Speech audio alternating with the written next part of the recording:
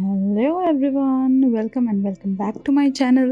সবাইকে জানাই আমার চ্যানেলে অনেক অনেক স্বাগত। আশা করি সকলে খুব ভালো আছো, সুস্থ আছো। আজকে আমি কিন্তু একটা আইটেম নিয়ে চলে এসেছি, যেটা সবাই তোমরা বাড়িতে বানিয়ে থাকো, সেটা হলো আলুর পরোটা।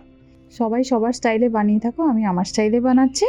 তো চলো শেয়ার করে থাকি। তো যারা আমার চ্যানেলটাকে সাবস্ক্রাইব করে আমার ভিডিওগুলো দেখো তাদেরকেও থ্যাংক ইউ, আর যারা চ্যানেলটা সাবস্ক্রাইব না করেও ভিডিওগুলো ওয়াচ করো তাদেরকেও থ্যাংক ইউ। আর যারা বেল আইকনটা এখনও প্রেস করোনি তারা প্লিজ প্রেসটা করে দাও, আমি ততক্ষণ ভিডিওটা দেখিয়ে দিই। তো চলো, আলুর পরোটা বানানোর জন্য অ্যাজ ইউজুয়াল আমাদের আলু তো লাগবেই।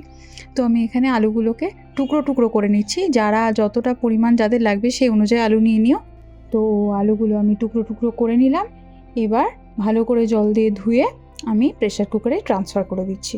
তো প্রেশার কুকারে পরিমাণ মতো জল দিয়ে আলুগুলোকে আমি সিটি মেরে সেদ্ধ করে নিচ্ছি। খুব বেশি ক্যাতক্যাতে সেদ্ধ করো না, নর্মাল যেরকম সেদ্ধ হয় সেরকমই করো, যেন গলে না যায় সেটা দেখো। তো জল ঝরিয়ে নিয়ে আলুগুলো একটু ঠান্ডা হোক, ততক্ষণ আমি মশলাটা কি বানাচ্ছি সেটা দেখে নাও। আলুর পরোটার জন্য যে মশলাটা বানাবো তার জন্য আমি খালি কড়াইয়ে গোটা মশলাকে টেলে নিয়ে সেটাকে গুঁড়িয়ে নেব। যেরকম আমি কড়াইটা গরম হতে দিয়ে দিয়েছি, এখানে দিয়ে নিচ্ছি আমি 2টো মতো শুকনো লঙ্কা। তোমরা একটু ঝাল বেশি খেতে চাইলে আরও বেশি দিতে পারো। আর তার সাথে দিয়ে নিচ্ছি গোটা জিরে, এর সাথে ধনে দিতে পারো, আজকে আমি ধনেটা অ্যাড করলাম না।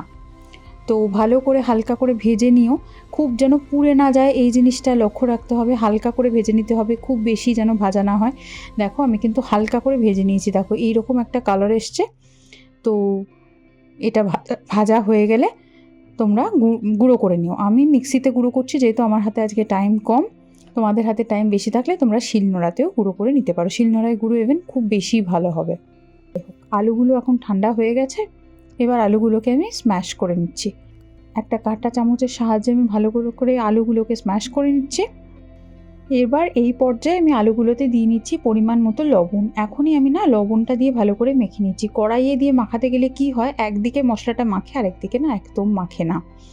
তো ভালো করে লবণ মাখানো হয়ে গেছে।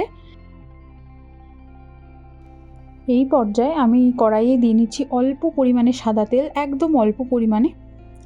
তেলটা একটু গরম হয়ে গেলে আমি দিয়ে নিয়েছি আদা কুচি। আদাটাকে খুব ভালো করে গ্রেট করে নিয়েছি আমি, মুখে যেন না পড়ে, মুখে পড়লে মোটেও ভালো লাগবে না। তোমরা আদা বাটা চাইলেও ব্যবহার করতে পারো। একটু তেলের সাথে ভালো করে নাড়াচাড়া করে আমি এবার সেদ্ধ করে রাখা আলুটা দিয়ে দেবো, যেটা স্ম্যাশ করে রেখেছিলাম, নুন দিয়ে মাখিয়ে রেখেছিলাম। তো সেটা দিয়ে দিলাম।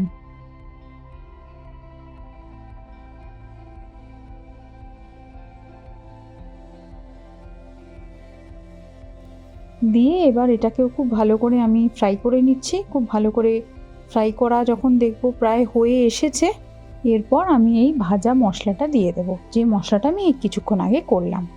মশলাটা দিয়ে, আচ্ছা আমি এই পরিমাণ মশলা করেছি বলে আমি পুরোটা মশলাই দিচ্ছি। তোমরা যদি বেশিটা করে রেখে দিতে চাও তোমরা রেখে দিতে পারো, এটা কিন্তু স্টোর করে রাখা যায় কৌটোতে বেশ কয়েকদিন, মানে কয়েক মাস ইভেন। যাই হোক, আমি ভালো করে এবার মশলাটা আলুটার সাথে মাখিয়ে নিচ্ছি। এই পর্যায়ে কিন্তু খেয়াল রাখতে হবে যেন তলাটা ধরে না যায়, আর এক গাদা তেল দিও না, কিন্তু সেটা ভালো লাগবে না।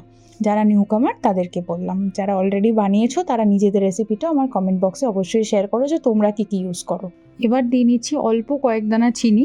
চিনিটা স্বাদটা ব্যালেন্স করতে হেল্প করে, আর চিনিটা এটাতে দেওয়াটা খুব ইম্পর্টেন্ট। আমার মশলাটা কিন্তু আলুটার সাথে খুব ভালো করে মাখানো কমপ্লিট হয়ে গেছে। টেক্সচারটা ঠিক এরকম এসছে। তো একটা মন্ড মতো তৈরি হবে, এরকম স্মুথ একটা মন্ড। তো এবার আমি এটা রেখে দিলাম। এবার মেন পর্যায়ে ফেরা যাক। দেখো ময়দা মাখাটা আমরা প্রত্যেকেই কম বেশি জানি, তাই আমি আর এটা দেখালাম না। ময়দা মেখে আমি 1 ঘন্টা রেস্টে রেখে দিয়েছিলাম। এবার লেচি কেটে নেব।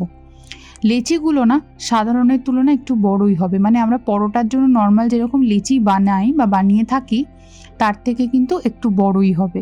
তোমরা যদি আরও বড় করে বানাতে চাও তাহলে সেটাও বানাতে পারো, অসুবিধা নেই, কিন্তু ছোট যেন না হয়, তাহলে পুরটা বেরিয়ে ফেটে গিয়ে বাজে হয়ে যাবে, জিনিসটা আউটপুটটা ভালো আসবে না। তো আমি এরকমভাবে প্রত্যেকটা লেচি কেটে নিচ্ছি। লেচিটা কেটে দেখো, এবার আলুর যেই পুরটা বানিয়ে রেখেছিলাম সেই পুরটা থেকে আমি একটা বল মতো বানিয়ে নিলাম। এবার এই লেচিটা ভালো করে খিলি করে নিয়েছি, সেই খিলির মধ্যে এবার বলটাকে দিয়ে পুরো মুখটা কিন্তু বন্ধ করে দিচ্ছি। এবার তোমরা খেয়াল করবে, আমি যখন মুখটা বন্ধ করছি আমার কিন্তু লেচির থেকে এক ফোঁটা পুরো বেরিয়ে যাচ্ছে না, তাই এই প্রসেসটা একটু মেনটেন করে করো। এরকমভাবেই আমি ঠিক আরেকটাও বানিয়ে নিচ্ছি। দেখো একই প্রসেসে আমি একটা বল বানিয়ে নিলাম। আমি মুখটা খিলি করে নিচ্ছি, লেচিটার মুখটা খিলি করে আমি বলটাকে দিয়ে ভালো করে মুখটা সিল করে নিচ্ছি, তাহলে কি বেরিয়ে যাবে না। আবারও বলছি, লেচিটা কিন্তু মোটা করে করতে হবে। আচ্ছা দেখছো তো লেচিটার সাথে বলটার পার্থক্যটা? বলটা কিন্তু ছোট হচ্ছে পুরের, লেচিটা বরং মোটা বড়। কেন? যাতে ফেটে না বেরিয়ে যায়। চলো এবার বেলে নেওয়ার পালা। আমি এখানে ময়দা দিয়ে বেলছি, তোমরা চাইলে তেল দিয়েও বেলতে পারো।